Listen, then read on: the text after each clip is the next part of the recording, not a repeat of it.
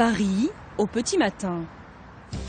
Dans cette colloque de jeunes cadres, au moment du petit déjeuner, la porte du frigo ne cesse de s'ouvrir. Quelqu'un veut du thé ?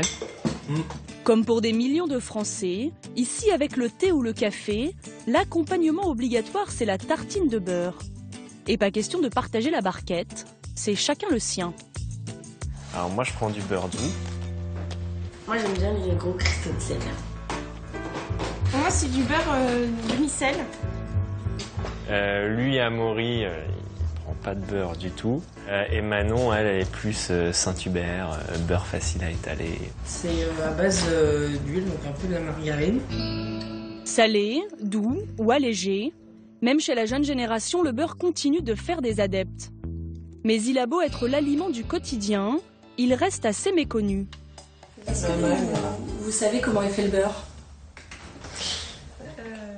C'est fait... La crème. On prend du lait de vache et on mélange. La matière grasse, la matière Voilà, grasse. c'est la matière grasse du lait qui est battu. Vous avez déjà demandé si c'était bon pour la santé? Bah, Et ça ne l'est pas. ça ne l'est pas. Ingrédients, mode de fabrication ou risque pour la santé, le beurre interroge. Et depuis quelques années, les clichés autour de lui ne cessent de s'accumuler. Tantôt irremplaçable et nourrissant, tantôt jugé très sévèrement. Il serait cancérigène, ferait grossir et boucherait nos artères. Pourtant aujourd'hui, avec 8 kilos par an et par habitant, les Français sont les champions du monde de la consommation de beurre. Et dans les rayons de nos supermarchés, nous n'avons jamais eu autant de choix. En plaquettes, en motte ou moulé, industriel ou artisanal, cru, doux, demi-sel, de Bretagne, de Poitou-Charentes ou de Normandie, il y a de quoi remplir nos frigos. Nous allons tenter de comprendre la différence entre tous ces beurres. C'est une œuvre d'art. Hein.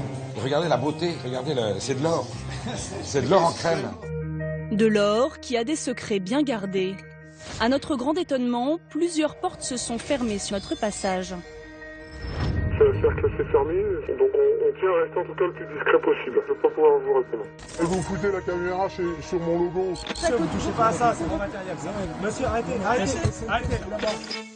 Mais en Bretagne, d'autres ont accepté de nous montrer comment ils réussissent à produire des milliers de tonnes de beurre chaque année.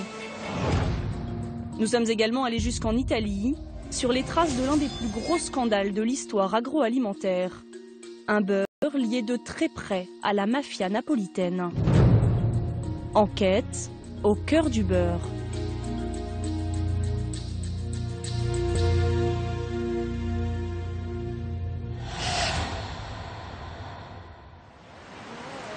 Nous sommes dans la région de Saint-Malo, dans le nord de la Bretagne. Depuis plus de 30 ans, Jean-Yves Bordier s'est donné une mission, transmettre le goût du beurre. Dans son atelier, bottes en caoutchouc et charlotte sur la tête, le maître beurrier est ici, comme à la maison. Bonjour! Oh putain! Oh le con, il manque. Ce matin, ces 10 fidèles petites mains préparent à toute vitesse une commande urgente pour un grand palace parisien. 900 pièces à livrer avant midi. Moi je veux pas qu'il y ait de stock de beurre, jamais.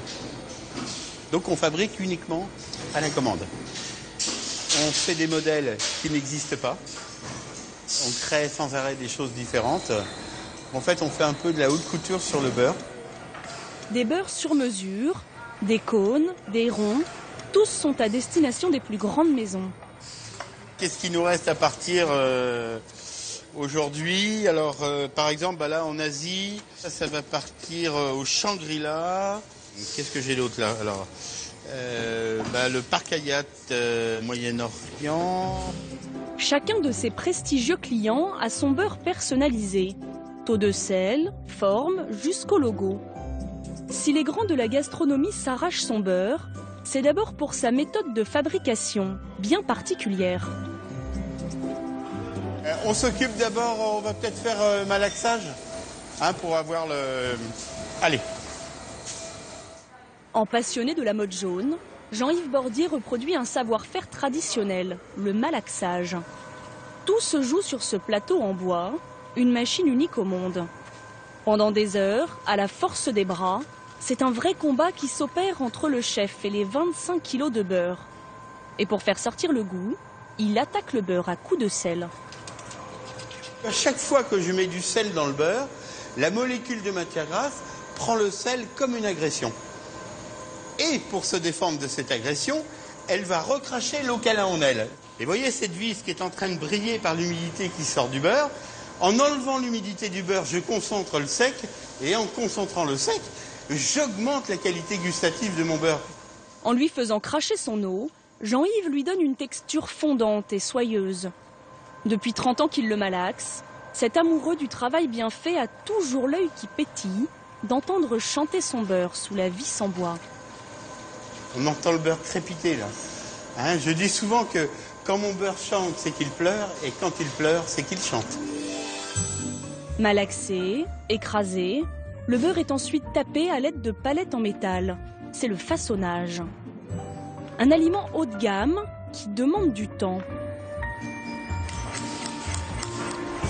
Ici, depuis la traite de la vache, il faut 3 jours pour fabriquer un beurre. Vendu entre 20 et 30 € le kilo selon les revendeurs. Il en sort donc très peu chaque année, 200 tonnes en moyenne. Mais de quoi est vraiment fait le beurre? Il faut d'abord du lait, dont on ne garde que la matière grasse à l'aide d'une écrémeuse. C'est 82% de sa composition. On ajoute ensuite de l'eau, 16%. Voilà pour le beurre doux. Pour sa version salée, on ajoute 2% de sel. À Saint-Malo, en plein cœur du centre-ville, Jean-Yves Bordier n'oublie pas le lieu où l'aventure a commencé, sa boutique. Bonjour, messieurs, dames. Il a tellement le beurre dans la peau que son ancien atelier, il en a fait un musée dédié à son produit star. La boutique ne désemplit pas.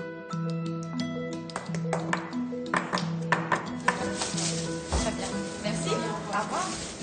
Mais à 3 € les 125 grammes, la plaquette est tout de même 2 à 3 fois plus chère qu'un beurre industriel vendu en grande surface.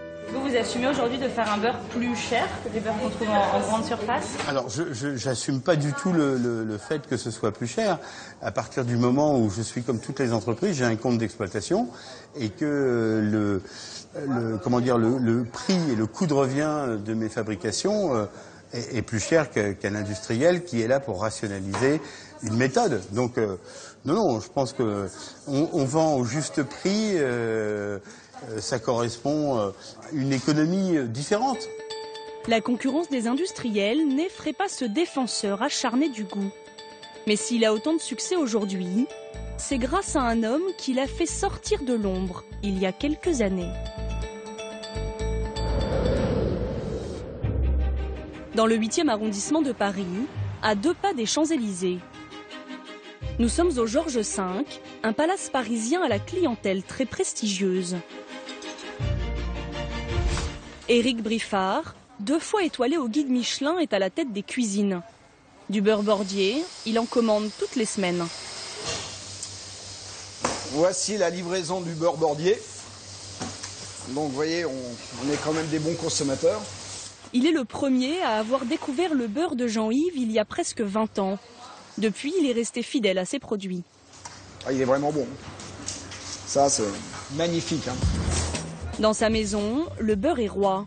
Le maître des lieux le cuisine à toutes les sauces. Allez, les asperges au beurre. 2 assiettes de légumes chauds. 3 côtes de veau. Et persil, vas-y, c'est parti. Nous sommes en plein coup de feu de midi. 60 couverts à servir et du beurre dans toutes les casseroles.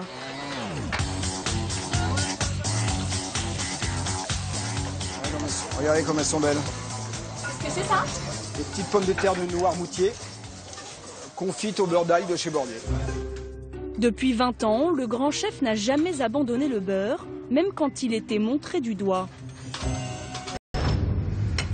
Sans lui, sa cuisine aurait d'autres saveurs. Le beurre est un exauceur de goût. Et c'est ça qui est important. Donc en cuisine, c'est un exauceur de goût. Il fixe les saveurs de quoi que ce soit. Et souvent, le beurre ne passe pas devant le produit. Donc c'est bien le rôle de l'exauceur. Il est derrière avec les petits bras musclés, il soutient, il évolue, il monte le goût. C'est ça qui est important dans le beurre. La cuisine de beurre, c'est une tradition qui est importante à conserver en France. Oh bah, c'est pas important, ça fait partie de notre génétique, notre ADN de la cuisine française. Ça serait une hérésie pour moi de dire on arrête le beurre, et sur quel préjugé d'ailleurs. Les préjugés ne l'ont donc jamais effrayé, car il connaît la bonne méthode pour cuisiner à feu vif et sans danger. Il faut préparer un beurre clarifié. Donc là, j'ai mon beurre, on voit qui est complètement fondu. Vous voyez déjà une belle masse de beurre. Une fois le beurre fondu, la matière grasse remonte à la surface et laisse au fond le petit lait, la partie qui noircit lors de la cuisson. Tous les jours, plus de 20 kg de beurre sont clarifiés dans ces cuisines. Le chef tient à nous montrer la différence entre les deux cuissons. Voici ce qu'il ne faut surtout pas faire. Je mets mon beurre dans la poêle elle est chaude. Donc vous voyez, déjà ça fume très vite. Regardez, 3 secondes, le beurre n'est pas fondu là, qu'il est déjà brûlé là. Quand il noircit, le beurre se charge en carbone, un élément qui serait cancérigène. Là, vous avez un beurre noir. Alors là, vous voyez, le beurre s'est carrément décomposé. Ça, c'est pas bien du tout. Quand il refait la même opération avec le beurre clarifié, donc le beurre fond instantanément. C'est tout de suite beaucoup plus jaune. Là, c'est du beurre pas dangereux. Pour comprendre pourquoi le beurre bordier est aujourd'hui l'un des plus utilisés par les grands chefs, il faut retourner en Bretagne. Tout commence dans la ferme de Philippe Morin, l'une des exploitations dans lesquelles se fournit Jean-Yves Bordier. Une fois par mois, il vient assister à la traite du matin. Il sait que tout son travail démarre là. Qu'est-ce que vous vous dites en voyant Je me dis que c'est de la matière butyrique qui est en train d'arriver toute chaude là, et que ça va être écrémé dans la journée et que on va mettre la crème en œuvre dans 2 jours dans la baratte et que ça sera du beurre dans 3 jours. Voilà, et que voilà, sans ça on n'est rien. Ce qui a séduit le maître beurrier, c'est qu'ici les vaches produisent du lait bio riche en oméga 3. Mais le lait de Philippe Morin est aussi réputé pour la couleur particulièrement jaune qu'il donne au beurre. Pour cela, l'éleveur a un secret, la nourriture des vaches. Ici, il y a seulement 45 bêtes, nourries avec de l'herbe en été et du foin en hiver. C'est un foin qui reste vert et de bonne qualité. Du coup, le goût du beurre commence là. Le goût du beurre, il commence dans la pâture, il commence là. Évidemment, c'est une addition de petites choses qui vont faire un joli produit à l'arrivée. Le beurre n'est en fait pas le même toute l'année. Sa texture, sa couleur dépendent des saisons et de ce que mangent les bêtes. À la belle saison, les vaches commencent à paître dans les champs autour de l'exploitation. Elles y mangent alors une herbe riche en iode, en caroténoïdes, des pigments orange et jaune, et surtout très verte, grâce à la météo bretonne. Autant d'éléments qui donnent au beurre cette fameuse couleur bouton d'or que Jean-Yves aime tant.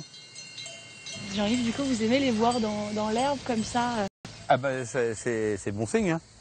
Ça veut dire qu'on va vers la belle saison, que le beurre sera bon, qu'il sera coloré, qu'il sera gourmand, et ben voilà, c'est ça qui va faire que nos tartines vont devenir joyeuses.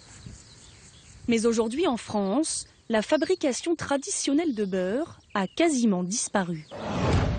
Avec 80% de la production, les industriels ont envahi le marché. Depuis quelques années, les géants des produits laitiers se disputent les faveurs des consommateurs. Ils sont 4 groupes principaux, Lactalis, Bongrain, Eurial et Laïta. Ils se sont lancés dans une bataille féroce pour nous vendre leurs produits. Ils les disent gastronomiques, tendres ou encore d'excellence. Certains les ont même aromatisés, aux abricots, aux herbes ou aux pépites de chocolat. Mais tous ces industriels savent-ils vraiment fabriquer du beurre de qualité? Pour la première fois, l'une d'entre elles, paysan breton, a accepté de nous dévoiler les dessous de sa robe à carreaux Vichy. Avec près de 20 000 tonnes vendues chaque année et un chiffre d'affaires de 190 millions d'euros, elle est l'un des leaders sur le marché. En Bretagne, le démoulage du beurre a toujours annoncé des moments de gourmandise. Dans leur publicité, avec leur moule en bois traditionnel, ils jouent la carte du terroir et vantent leurs recettes traditionnelles et typiquement bretonnes. Mais avec de tels volumes, est-il possible de faire un beurre de qualité ? Nous avons d'abord rendez-vous dans une des exploitations laitières qui fournit la marque. Comme c'est la première fois que l'entreprise ouvre ses portes à une équipe de télévision, Bonjour. Tout le staff communication est là pour nous accueillir. Bonjour. Pendant 2 jours, nous allons être très bien entourés. Fabrice Baranger est l'un des 7000 producteurs de lait qui travaillent pour Paysans Bretons. Comme tous les éleveurs sélectionnés par la marque, il doit répondre à un cahier des charges très précis. Aujourd'hui, nous sommes très attachés aux confins animaux. Pour que les animaux puissent exprimer à 100% leur potentiel laitier, il faut une alimentation, je disais tout à l'heure, de qualité et aussi des conditions de bien-être général. Donc vous voyez à l'arrière, nous avons un tapis de 2 cm sous chaque vache et nous mettons 4 kg de paille par vache. Donc chaque vache a vraiment son confort de couchage. Mais le confort ne s'arrête pas là. Lumière, ventilation, nettoyage du sol 3 fois par jour et il y a même une brosse massante pour le dos des vaches. Décidément, tout est fait pour que l'animal se sente le mieux possible et donc produise le plus possible. Nous l'avons vu, en matière de beurre, ce qui compte le plus, c'est l'alimentation des bêtes. Mais dans cette exploitation, les vaches ne sortent pas brouter l'herbe fraîche de la campagne, elles mangent du foin dans leur box. Alors pour que le lait soit de bonne qualité et en gros volume, l'éleveur a un outil bien pratique. Toutes les bêtes sont équipées d'un petit collier jaune qui évalue leurs besoins alimentaires. Donc l'animal rentre dans le box. Nous avons le boîtier ici qui va identifier l'animal et qui va dire si l'animal a le droit ou pas de recevoir un complément céréalier. Et en fonction de son niveau de production, elle aura le droit à un dosage différent selon les vaches et qui sera réparti sur l'ensemble de la journée, sur 24 heures. Plus elles produisent de lait, plus leur nourriture est enrichie. L'objectif final de tout ça, qu'est-ce que c'est ? Optimiser la production et puis leur potentiel. Voilà. Ici, on assure ne pas être dans une course à la productivité. Mais les chiffres sont impressionnants. Grâce à ses 90 vaches, Fabrice fournit aujourd'hui 80 000 litres de lait par mois. Tous les 2 jours, un camion à l'effigie de la marque vient le collecter. Bonjour, ça va ? Jaugé, analysé, pompé, le lait de Fabrice est ensuite amené à l'usine d'Ancenis, dans la région d'Angers. Chaque jour, plus d'1 million de litres de lait en provenance de toutes les exploitations arrivent ici. Nous y retrouvons l'équipe de communication, accompagnée du directeur de l'usine, Franck Leprêtre. Lui, c'est un professionnel du secteur laitier depuis déjà pas mal d'années. Charlotte, les surchaussures. Nous voici dans l'univers de production de quantité industrielle de beurre. L'envers du décor terroir et tradition, affiché par la marque. Première étape, le lait est d'abord écrémé dans des grandes cuves en métal. Le directeur de l'usine tient à nous rassurer sur l'aspect sanitaire. Naturellement, avant que cette crème soit utilisée, nous faisons des échantillons pour bien caractériser la crème. Donc nous allons regarder d'abord si elle ne présente pas d'anomalie. On sait qu'un bon beurre, c'est d'abord une bonne crème. C'est un lait de qualité, il faut que l'ensemble du processus de fabrication soit maîtrisé. Deuxième étape, la crème est pasteurisée pour détruire les éventuels germes et prolonger la conservation du beurre. Mais en tuant les bactéries, une partie des saveurs disparaît. Alors pour redonner au beurre tous ses arômes, Franck Leprêtre a un secret. Il ajoute des ferments lactiques, des bactéries naturelles, qui vont donner ce fameux goût de noisette propre à cette marque de beurre. Nous sommes en train ici de cultiver effectivement des ferments qui vont développer effectivement la saveur, l'excellent goût du beurre paysan breton. Et qu'est-ce qu'il y a dans la recette des ferments lactiques de Paysans Bretons ? Ah, vous aimeriez bien la savoir. Il y a un savoir-faire, il y a un respect de la tradition, Il y a un amour du produit, tout simplement, mais je ne pourrais pas vous en dire plus, désolé. C'est un secret. C'est un secret. La marque garde farouchement sa recette secrète derrière cette porte vitrée fermée à clé. Troisième étape, après s'être reposée dans une cuve, la crème passe dans cette grande machine très bruyante, un butyrateur, appelé aussi canon à beurre. Cette étape apporte la transformation de la crème qui est en matière grasse pour obtenir ces grains de beurre. Ensuite, on a ces grains de beurre. Deuxième étape mécanique, c'est d'assembler ces grains de beurre pour obtenir une pâte homogène qui donnera le beurre. En à peine une heure, la machine sort entre 5 et 10 tonnes de beurre au ton jaune pâle. Il est ensuite découpé en portions de 250 grammes et emballé dans son fameux papier Vichy. On n'a pas trouvé les moules en bois de la publicité, mais plutôt une machine qui sort 5000 beurres à l'heure. Malgré tout, sur l'emballage, il y a toujours l'appellation beurre moulé, une pirouette de marketing pour évoquer le beurre traditionnel. Jusque-là, les dirigeants de l'entreprise jouaient plutôt la carte de la transparence. Alors est-ce que finalement c'est rentable de faire du beurre? Est-ce que le beurre est rentable? Effectivement, ce qui est important, c'est que le beurre nous permette d'assurer cette valorisation du lait des producteurs et d'assurer effectivement l'emploi des salariés.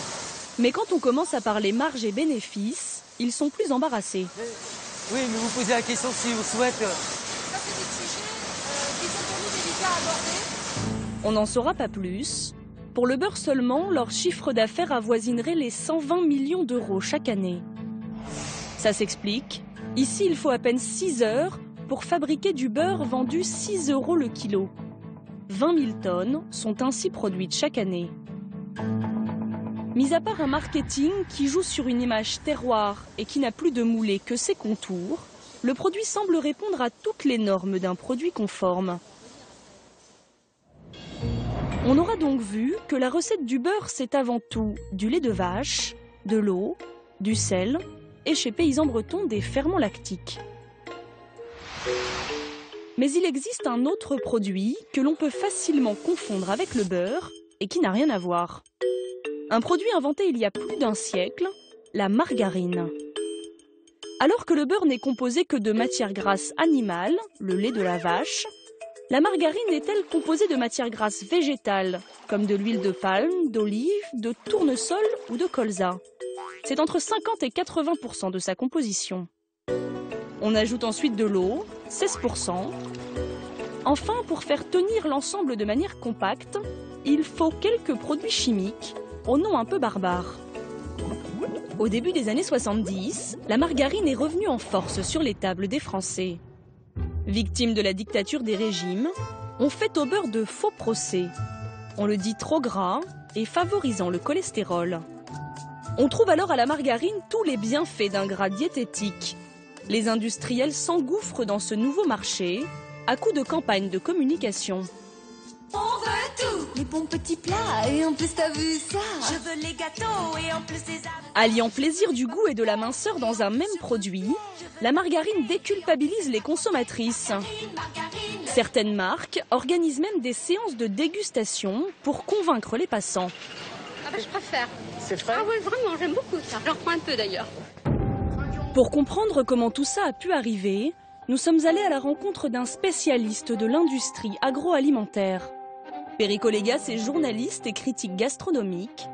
Depuis des années, il suit le marché du beurre de très près.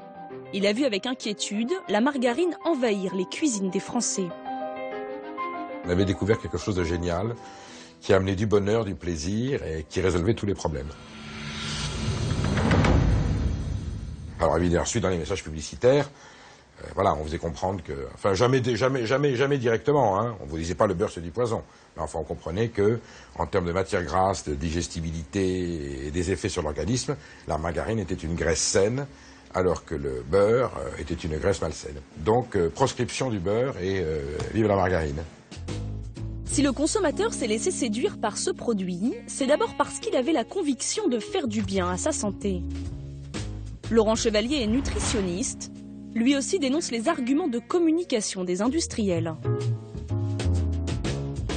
Alors, il y a beaucoup d'industriels qui ont su créer un univers pour essayer de vendre un certain nombre de produits. Alors, on a, par exemple, des pâtes grasses où c'est marqué « réduit le cholestérol », prouvé par 45 études.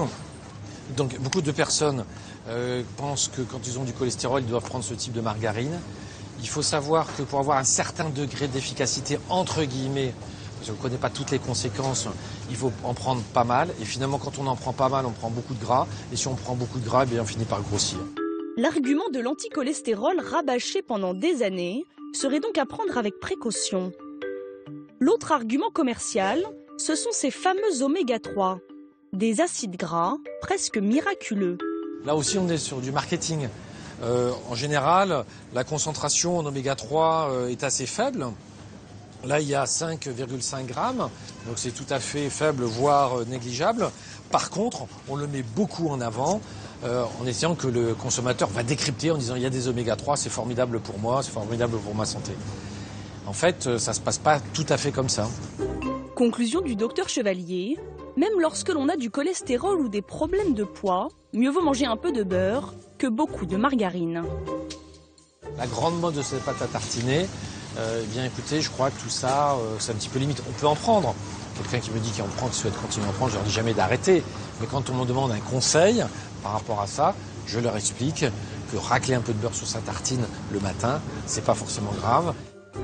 Et aujourd'hui, c'est l'huile de palme qui a mauvaise presse. Conséquence, les ventes de margarine reculent, obligeant les industriels à s'adapter aux nouvelles tendances et à revoir leur stratégie. C'est le cas de la multinationale Unilever. 4e groupe alimentaire mondial, ce géant planétaire détient à lui seul une vingtaine de marques de margarine et représente 40% du marché en France. Après des années à vanter le tout végétal, l'entreprise fait marche arrière en sortant un produit plutôt original.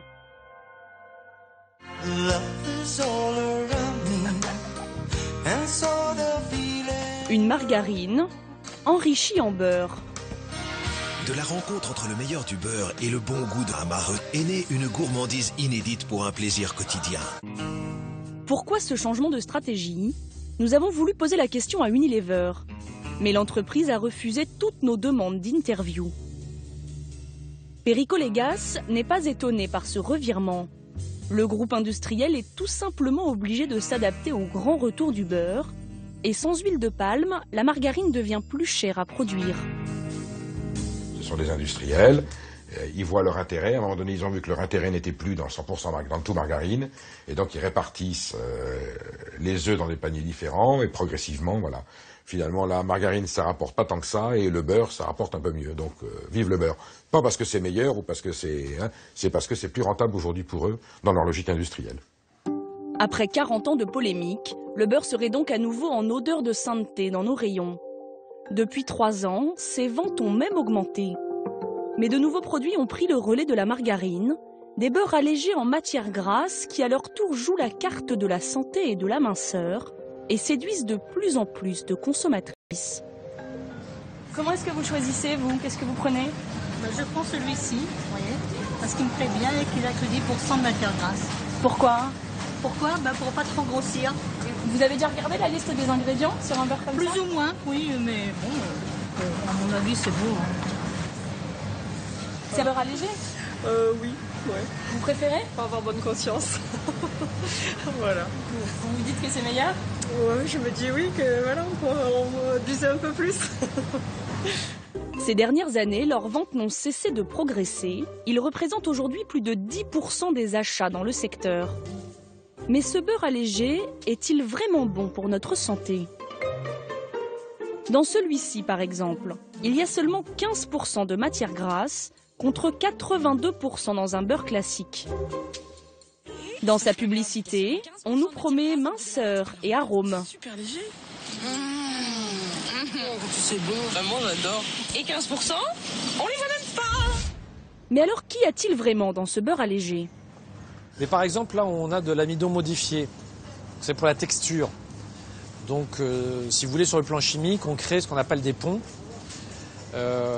Et cet amidon modifié, ces ponts qui sont créés, nous, on n'a pas les enzymes pour les casser. C'est-à-dire qu'on n'a pas les enzymes pour digérer l'amidon modifié.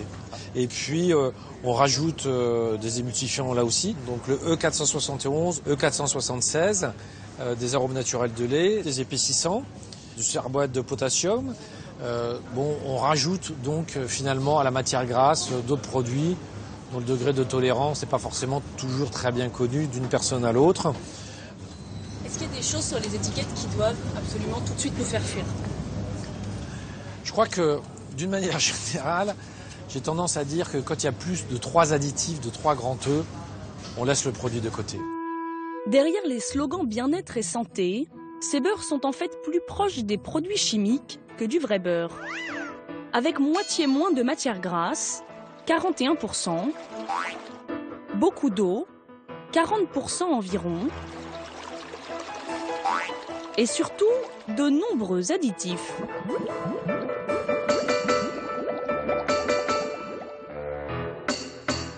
Malgré les avertissements des médecins, les industriels comptent bien continuer à profiter du marché. Et pour plaire aux consommateurs, certains sont prêts à toutes les originalités. À l'automne dernier, le groupe Auchan a lancé une gamme de 10 beurres allégés à 50% de matière grasse et aromatisés. Sucrés avec des cranberries ou des pépites de chocolat, ou bien salés à l'aneth ou au poivre. Olivier Coustet est le chef de produit à l'origine de l'idée. Ce matin, il a rendez-vous avec ses fournisseurs, une petite entreprise belge, pour goûter 2 nouveaux parfums, orange et citron. Bonjour à tous. Bonjour. Vous allez bien? Comme dans la mode, il veut lancer une collection à chaque changement de saison. Alors là, vous nous avez amené quoi? Ici, la version orange. Ok, donc là, on est bien sur une base d'orange confite. On voit vraiment le fruit confit dans la matière grasse. C'est bon, ça. Olivier Coustet est en fait parti d'une idée toute simple. Remplacer la traditionnelle tartine pain, beurre et confiture par un seul et même produit allégé en gras et en sucre. Avec ces nouveaux beurres, il espère bien dynamiser le marché. Mais l'innovation est plutôt audacieuse. On sait qu'on prend des risques. C'est un segment sur lequel on sait qu'il ne se passe rien, et que s'il ne se passe rien, c'est parce que c'est aussi difficile à bouger les mœurs et les habitudes des consommateurs et des consommatrices. On a plus de chances en effet que ça loupe ou que ça ne réussisse, ça on en est conscient, mais on se dit que si on fait rien, il ne se passera rien. Soyons clairs, si ces produits demain se vendent autant que des paquets de beurre standard, c'est qu'on a oublié quelque chose en route et qu'on aurait dû le faire il y a 15 ans. Pour être certain de grignoter quelques parts de marché, ils visent un public bien précis, la mère de famille, celle qui décide en cuisine et qui veut en même temps faire attention à sa ligne. Et pour susciter l'envie chez la consommatrice française, les Belges ne manquent pas d'imagination. Ils prévoient déjà du beurre au wasabi ou à la sauce béarnaise. Mais avant de lancer un produit, il vaut mieux faire des essais. Ils seront faits ici, dans ce laboratoire de la banlieue de Lille, spécialisé dans les tests consommateurs. Chaque jour, des dizaines de personnes viennent déguster à l'aveugle des produits prêts à être mis sur le marché. Les cobayes du jour sont tous des amateurs de beurre et des habitués de la maison. Ils ont appris à étudier chaque produit dans ses moindres détails. L'aspect, l'odeur, la texture et le goût, chaque catégorie est notée de 0 à 9. Et le moins que l'on puisse dire, c'est que pour ces beurres à l'orange et au citron, les avis sont partagés. Je ne suis pas convaincue du succès de ce produit. Pourquoi? Le goût, je trouve fort acide, le citron, et je trouve que ça dénote un peu le goût du beurre, quoi. Je trouve que c'est une saveur très originale, très bonne. Je pense que ça peut s'accommoder à plusieurs mets, comme le saumon, le saumon fumé, tout ça. Surtout en entrée, je pense. Les beurres orange et citron vont finalement être validés par les tests consommateurs haut la main. Quelques semaines plus tard, ils sont mis en vente dans tous les magasins Auchan de France, au prix d'1,10 € les 100 grammes. Pour les responsables du rayon, il faut maintenant les faire connaître aux consommateurs. Et la partie ne s'annonce pas facile. Est-ce que vous connaissez les nouveaux beurres aromatisés? J'en profite. C'est du beurre aromatisé, donc c'est du vrai beurre. Regardez, ça remplace la tartine au chocolat. Vous avez les versions salées, le 3 poivres. Ah oui, mais alors on n'aime pas le beurre, donc Vous mettez ça sur une tartine. C'est du vrai beurre, tout à fait. Je vais en prendre alors, mais plutôt pour du aneth et citron, par exemple. Les responsables du groupe se sont donné 6 mois pour savoir si le consommateur est séduit. 15, 40, 60 ou encore 80%. Décidément, les industriels semblent mettre autant de matières grasses qu'ils veulent dans leur beurre. Pourtant, la loi est très stricte. L'usage du mot beurre est réservé exclusivement aux produits contenant 82% de matières grasses. Alors tous ces nouveaux produits ont-ils bien le droit de s'appeler beurre? Pour essayer d'en savoir plus, nous nous rendons en région parisienne, au laboratoire de la Direction générale de la consommation et de la répression des fraudes. Il est le seul laboratoire public chargé du contrôle des beurres en France. À la tête de cette unité, Frédéric Saltron. Toute l'année, son équipe analyse ces nouveaux beurres qui remplissent les rayons de nos supermarchés. Là, on a le fameux beurre léger, donc c'est la moitié, moitié 41% de matière grasse. Là, voilà, on a les matières grasses végétales 15%. Et dans la jungle des nouvelles appellations, il reconnaît que le consommateur peut facilement s'y perdre. Voilà. Il y a une grande diversité de produits à base de matières grasses laitières. Vous avez le beurre classique, et après, en fonction du taux de matière grasse, il va y avoir différentes appellations et différentes présentations. Le consommateur doit bien regarder les étiquettes pour savoir ce qu'il achète. Pour apposer la mention beurre, les industriels doivent respecter sa recette à la lettre. Principalement les taux de matière grasse et d'humidité. Pour déceler les tricheurs, les analyses du laboratoire sont devenues de plus en plus précises. Donc là, je vais faire un prélèvement pour le dosage de l'humidité, qui ne doit pas dépasser 16% dans un beurre. Et qu'est-ce que ça peut vouloir dire de trouver trop d'humidité dans un beurre? Alors, trouver trop d'humidité dans un beurre, c'est peut-être simplement quelquefois un problème de technologie, un problème interne à l'entreprise. Ça peut être aussi une fraude. Sur la 50aine de beurres que le laboratoire analyse chaque année, les fraudes restent extrêmement rares. Et elles ont en général la même nature, faire des économies en réduisant la matière grasse. C'est simple, on fait payer le prix de l'eau au prix du beurre. Et beaucoup plus rarement, voir s'il n'y a pas des matières grasses qui seraient autres que laitières. On couperait le beurre avec autre chose que du lait. Ça, on le fait. Couper avec autre chose, ni du lait, ni de l'eau, certains ont osé aller au-delà de tout ce que l'on peut imaginer. Le laboratoire a conservé comme un trésor de guerre ce beurre qui était utilisé dans la pâtisserie industrielle. Un beurre à l'origine de l'une des plus grandes fraudes alimentaires. C'est un échantillon qui était une grosse affaire. C'était une très grosse fraude, à la fois sur la nature de la fraude et dans son ampleur, puisque c'est un beurre qui s'appelait beurre, mais qui en réalité était coupé jusqu'à 40% avec des matières grasses étrangères. Dans quel but vous pensez? Le but est essentiellement économique. Une fraude d'une ampleur sans précédent et qui aurait pu avoir des conséquences très graves. Tout commence en Normandie, dans le petit village de la Chapelle d'Andenne. La société Fléchard est l'une des plus grosses entreprises laitières de la région. Son beurre est incorporé dans les pâtisseries industrielles. Il y a quelques années, son dirigeant Guy Fléchard est condamné pour la vente de denrées alimentaires falsifiées.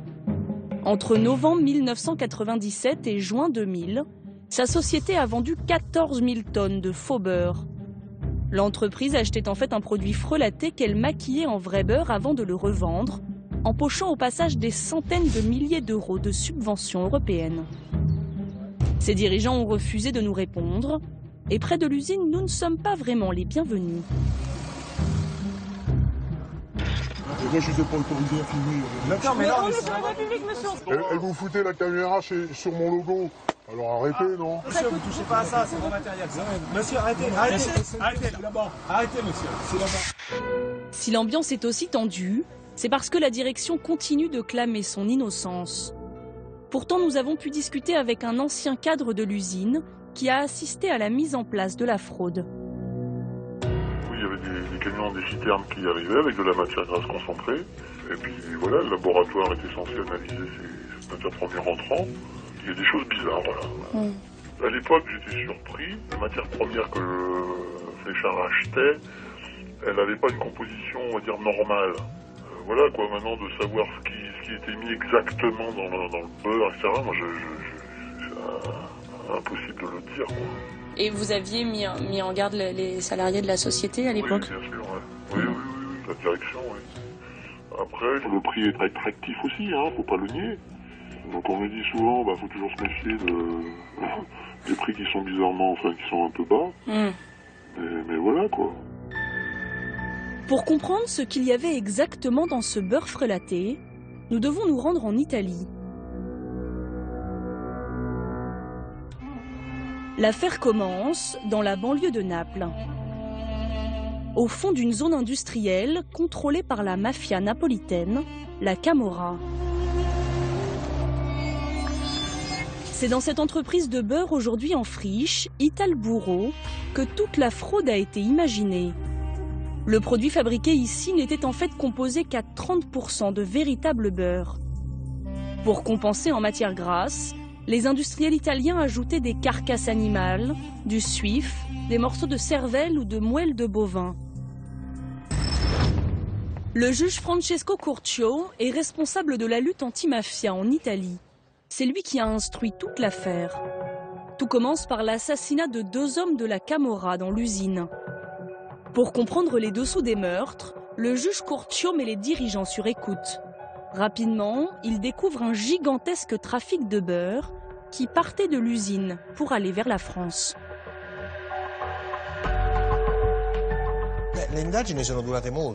L'enquête a duré très longtemps, au moins 2 ans, car en plus de toutes les écoutes téléphoniques que l'on a faites, on a dû procéder à plusieurs autres activités.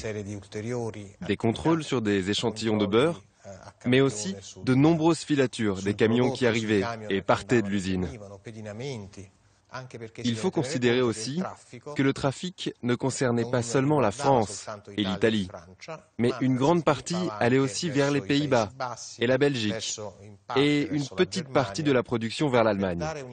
Pour vous donner une idée du chiffre d'affaires qui s'était développé entre les entreprises de la Camorra et les entreprises françaises, nous parlions à l'époque d'un chiffre de plus de 200 milliards de lire. Donc, plus d'1 million d'euros. C'est donc un chiffre très important. Des sommes extravagantes et des quantités de beurre qui donnent le vertige, dont les premières victimes en Europe ont été les consommateurs français. On est arrivé à la conclusion que chaque famille française avait consommé à peu près un demi-kilo de beurre frelaté. On parle donc ici de quantités énormes qui ont envahi le marché français. 15 ans après les faits, en Italie, un procès est toujours en cours. Dans l'attente de la décision de la justice, personne ne veut s'exprimer. Toutefois, nous avons pu joindre un professeur d'université accusé d'avoir falsifié les résultats d'analyse pour convaincre les acheteurs français. Après avoir fait 4 mois de prison, il tient à rester discret. Mais il nous fait part de quelques éléments qui nous font comprendre jusqu'où étaient prêts à aller les fraudeurs italiens. Il y a une beurrerie qui ne pouvait pas marcher. Elle était sale, partout. Il n'y avait pas de beurre à l'intérieur. Il y a une matière grasse qu'on ne sait pas d'où venir. Parce qu'il y avait derrière tout ça, tout des chimiques, des usines qui produisaient des matières grasses. Synthétiques. Ils ont été très loin dans les expériences pour vendre du beurre. Oui, parce qu'il y avait des chimistes, par exemple à Parme, il y a une usine qui faisait du savon, des producteurs de matières grasses autres qu'animales, vous comprenez? Il se pose aujourd'hui en victime et affirme même avoir averti les Français. Les Français sont des cons. J'avais prévenu qu'il y avait des choses qui n'allaient pas, mais les cons ne faisaient pas de contrôle parce qu'ils ne voulaient pas dépenser de l'argent, les pauvres. En 2009, Guy Fléchard a été condamné à 18 mois de prison, dont 6 mois fermes, ainsi qu'à verser 23 millions d'euros de dommages et intérêts à l'Office de l'élevage. Après plusieurs demandes, il a finalement accepté de nous donner sa version des faits. Voici le mail qu'il nous a adressé. Sa première réponse est d'affirmer son innocence. Il se considère comme un bouc émissaire. Il affirme avoir payé à la place d'autres grandes entreprises françaises, elles aussi impliquées dans le trafic. L'enquête met en effet en évidence que l'un des plus gros industriels du secteur laitier, Entremont, aurait acheté 13 camions de 23 tonnes de beurre trafiqué. Au cours du procès, ces dirigeants ont même reconnu que le beurre qu'ils importaient d'Italie permettait d'abaisser le coût d'achat. Nous les avons contactés, mais les responsables n'ont pas souhaité s'exprimer. Depuis l'affaire italienne, la France n'a pas pour autant stoppé ses importations de beurre. Bien au contraire, en 20 ans, elles n'ont cessé d'augmenter. L'année dernière, près de 148 000 tonnes de beurre ont été importées en provenance de l'Union européenne. Des beurres qui servent surtout à l'industrie agroalimentaire ou à la fabrication de plaquettes premier prix. Nous avons voulu savoir si depuis le scandale de l'Italie, les contrôles sur les importations de beurre avaient changé. Nous avons sollicité plusieurs entreprises, mais visiblement le sujet est tabou. Et il y a peut-être de quoi. Au début de l'année 2014, un rapport de la Cour des comptes sur la sécurité alimentaire a dressé un portrait plutôt alarmant de ces contrôles. Déborah Infante travaille depuis plus de 10 ans à la direction des services vétérinaires en charge de ces contrôles de santé. Aujourd'hui, elle tire la sonnette d'alarme. En ce qui concerne l'importation des produits laitiers, qui viennent majoritairement de l'Union européenne, est-ce que ça, vous les contrôlez? Franchement, non. Théoriquement, on devrait faire des contrôles à destination, et ils se font. Qu'est-ce que c'est? Un contrôle à destination, parce que vous savez que les marchandises circulent librement dans le sein de l'Union européenne, donc il n'y a pas de contrôle aux frontières. Par contre, on a des plans de contrôle à destination, c'est-à-dire les usines ou les destinataires finaux d'un produit importé, ça va arriver, je ne sais pas, chez Carrefour ou ailleurs, nous on le sait, et on va régulièrement, on est censé y aller, aléatoirement, de temps en temps, vérifier les produits et faire des contrôles. C'est pas le cas. Ça fait pas partie des secteurs prioritaires. Donc c'est pas fait. Ou très peu fait. Et c'est d'autant plus inquiétant que le rapport de la Cour des comptes précise que sur les contrôles effectués sur l'année 2010-2011, 21% d'anomalies ont été relevées sur le lait ou les produits à base de lait. Conséquence, difficile d'assurer une véritable qualité des produits mis sur le marché. Et la situation pourrait rapidement s'aggraver, avec seulement 40 contrôleurs pour plus de 20 000 établissements et producteurs laitiers. C'est tout le secteur qui est préoccupant. L'année dernière, seule la moitié des établissements ont été contrôlés. Est-ce que vous diriez qu'aujourd'hui, on peut en France assurer aux consommateurs une totale maîtrise de la sécurité sanitaire sur les produits laitiers ou des produits comme le beurre? Non, je pense qu'aujourd'hui, il y a des crises qui vont arriver et de plus en plus nombreuses. Peut-être pas de la même nature que celle qu'on a vécue, mais de nature différente. On l'a vu, pareil, avec la viande de cheval, et puis on pourrait le voir dans le secteur laitier. Pour vous, la sécurité sanitaire sur le secteur des produits laitiers, elle n'est pas suffisante? Non. Est-ce que clairement le consommateur peut avoir des inquiétudes? Je pense qu'à terme, il pourra les avoir. Toutefois, il faut nuancer. Car si le beurre est si peu contrôlé, c'est d'abord parce qu'il n'est pas un produit à risque. Mais pour être certain d'écarter toute menace, de plus en plus de consommateurs français se tournent vers des beurres authentiques et traditionnels. Nous sommes en Normandie, en plein pays du beurre. Pour Perico Légas, notre critique gastronomique, le vrai beurre, c'est celui que l'on va chercher à la ferme. Bonjour. Bonjour Frédéric. Vous allez bien? Ça va bien. Ça sent le bon beurre. Vous voyez? Ça sent le bon beurre et ça sent la Normandie. Voilà. Ici, on fait du beurre comme le faisaient nos grands-mères. Le lait est récolté tous les matins, puis écrémé directement, pour être ensuite mis au frais. C'est la recette idéale pour un bon beurre.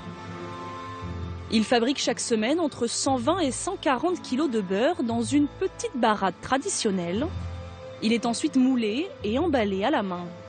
Un savoir-faire artisanal qui demande beaucoup de patience. Et là, au fur et à mesure du battage, on commence à voir apparaître un petit peu le beurre. Ils sont très peu nombreux aujourd'hui à préserver cette tradition. Voilà, c'est fini. On va pouvoir sortir le beurre. Ici, on fabrique un beurre cru, c'est-à-dire non pasteurisé, et donc qui garde tous ses arômes. Regardez comme c'est beau. C'est une œuvre d'art, hein. Incroyable. La texture est incroyable. Ça, c'est du vrai beurre.